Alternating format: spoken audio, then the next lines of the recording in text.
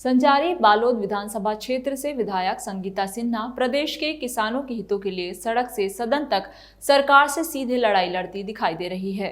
छत्तीसगढ़ विधानसभा का मॉनसून सत्र चल रहा है, जिसमें किसान हित में सवाल पूछने में भी कोई कमी संगीता नहीं करती। रफ्तार मीडिया के स्टेट एडिटर स्वरूप भट्टाचार्य से खास चर्चा के दौरान उन्होंने बड़े ही बेबाकी से सरकार की नाकामियों को गिनाया।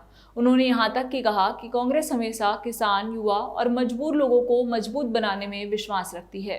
विधानसभा का दूसरा दिन है और कांग्रेस लगातार सरकार को घेरती आ रही है। खाद के मुद्दा हो, रेत माफिया हो, कई मुद्दों पर कांग्रेस लगातार सत्ता पक्ष को घेर रही है। आज संगीता सिन्हा जी हैं बालोद संजारी से विधायक, उन्होंने भी सवाल उठाया, लेकिन जवाब कितना मिला आप खुद ही बता दीजिए कि आपने जो सवाल दागा, खाद की कमी, रेत माफिया, स्थगन आप लगा रहे हैं, उस पर भी कुछ नहीं हो पा रहा है, तो क्या लगता है?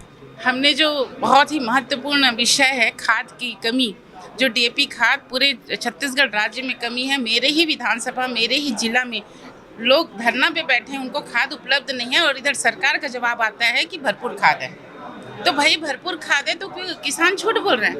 मतलब आप ये कहना चाहते हैं कि किसान झूठ बोल रहे हैं, लेकिन ये बिल्कुल गलत है। यहाँ पे पूरे छत्तीसगढ़ राज्य में खाद की बहुत कमी है, डीएपी खाद की कहीं पे है ही नहीं। और कुछ लोग जो व्यापारिक वर्ग है जिनको ये सरकार उनको दे रहे हैं, उनके पास ट्रकों डीएपी खाद उपलब्ध करा रहे हैं और वो मजबूर कर रहे हैं किसान भाइयों को कि डीएपी खाद अगर 1350 रुपये रेट है तो उनको 1850 में दिया जा रहा है। मतलब 500 रुपये का प्रॉफिट।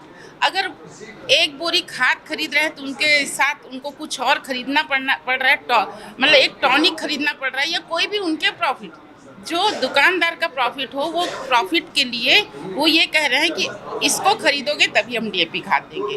मतलब आप पूरे सरकार मिलके, व्यापारी वर्ग मिलके आप पूरे किसान को लूटने का कार्य कर रहे हैं। दूसरी बात है, कल कृषि मंत्री ने साफ तौर पर सदन में ही कहा था कि 1 एकड़ में 75 रुपये बच रहा है जो वैकल्पिक खाद लेने से, लेकिन वो सरकार की मंशा है कि किसानों को फायदा पहुँचाने की।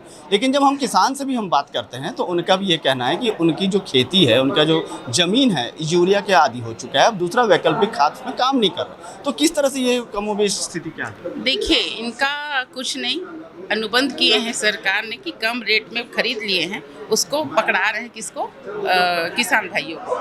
इनका मुख्य उद्देश्य ये है, इनका जो दूर का हम लोग सोचते हैं, दूर का ये सोच रहे हैं 3100 रुपये में लेने की बात किए हैं। अब आज भी देखे होंगे, आप मीडिया में भी देखे होंगे, आप जाके देखिए कहीं पे धान का उठाव नहीं है, धान रखने की जगह नहीं है और इसलिए इन लोग 3 महीने का राशन एक साथ दे रहे हैं। धान रखने, चावल रखने का जगह नहीं है करके 3 महीने का राशन दे रहे हैं और इनका कहीं ना कोई दूरदृष्टि है। ये चाहते हैं कि किसानों का उत्पादन कम हो ताकि हमको धान कम खरीदना पड़े। जैसे कि आपने कहा कि 3 महीने का चावल दे रहे हैं, मैं खुद ग्राउंड रिपोर्ट किया हूँ। ग्राउंड रिपोर्ट में ये नज़र आ रहा है कि बीपीएल कार्डधारी को तो बड़े लंबे लाइन, मतलब सुबह 4 बजे से लाइन लगते हैं, यहाँ तक कि अपनी जूता रखकर भी लाइन लगाए, मैंने खबर भी चलवाया है।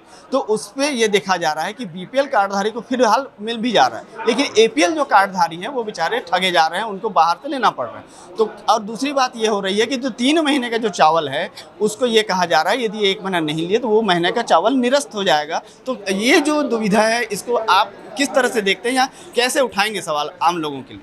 देखिए, जो राशन दुकान में लंबी लंबी लाइन लगी हुई है, सर्वर डाउन के कारण उनको चावल उपलब्ध भी नहीं हो रहा है। ठीक है, आपने चावल दिया, मैं ये मानती हूँ कि सरकार ने बहुत अच्छा किया कि 3 महीने के चावल को दे दिया, तो नमक को क्यों नहीं दे रहे हैं? नमक को भी देना चाहिए, शक्कर को भी देना चाहिए। मतलब अगर कोई व्यक्ति, कोई किसान चना भी नहीं दे रहा, किसान 2 किलोमीटर 3 किलोमीटर चल के वो लेने जाता है, क्योंकि पंचायत एक रहता है, आश्रित गांव रहते हैं। मतलब आपके 1 किलो नमक के लिए वो फिर से डबल आएगा। या तो आप एक मुश्त दीजिए, सबसे पहले तो आप इसकी व्यवस्था कीजिए कि वहाँ सर्वर डाउन ना हो। लोग जब गेट खुलता है ना तो लोग भगदड़ की तरह कई लोग दबते हैं, गरियाबंद में हो चुका है ये। तो इसको संज्ञान में लेते हुए सरकार अपना फायदा न देखते, सरकार जनता का सोचे। मैं अभी सदन की बात करूं, लगातार कांग्रेस 2 दिन से स्थगन ला रही है मुद्दों पर लेकर। रेत माफिया है, रेडी टू ईट है, कई मामलों पर खाद की कमी है, लेकिन अग्राह्य कर दिया जा रहा है।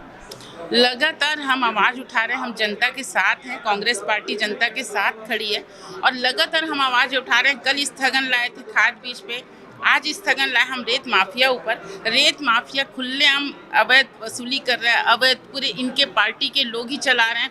आप जाके देखिए धमतरी जिला में 500 ट्रक निकलता है एक दिन में कुरुद में, कौन चला रहा है? इनके लोग से। और जब हम क्वेश्चन करते हैं तो सीधा बोलते हैं ऊपर से आदेश है। अब ये ऊपर वाला कौन है? इनके लोग ही बताएं किनके आदेश से ये ला रहे हैं। ऊपर से ऊपर आदेश, भाई ये पंचायत को दे ना, पंचायत को सौंप दे, पंचायत अवैध रूप से करेगी ये कार्य। तो अवैध रूप से लगातार चलाते जा रहे हैं, इससे सरकार को भी घाटा हो रहा है। उनके पास सरकार का आवक कहाँ से होगा? और जब आवक ही नहीं होगा तो यहाँ हमारे राज्य का विकास कार्य कैसे होगा? आज कितने रोड को रोक के रखे हैं वित्त मंत्री। मेरे ही रोड पे मैंने धरना में बैठा था, किसी ने संज्ञान में नहीं लिया। बच्चियाँ स्कूल जाने से गिर रही हैं, 4 बार गिरती है उस रोड पे और घर वापस चली जाती, पढ़ाई पूरा ठप है। उस रोड के लिए पैसा जारी नहीं कर रहे। 7 करोड़ रुपए रखा हुआ है लेकिन दे नहीं रहे।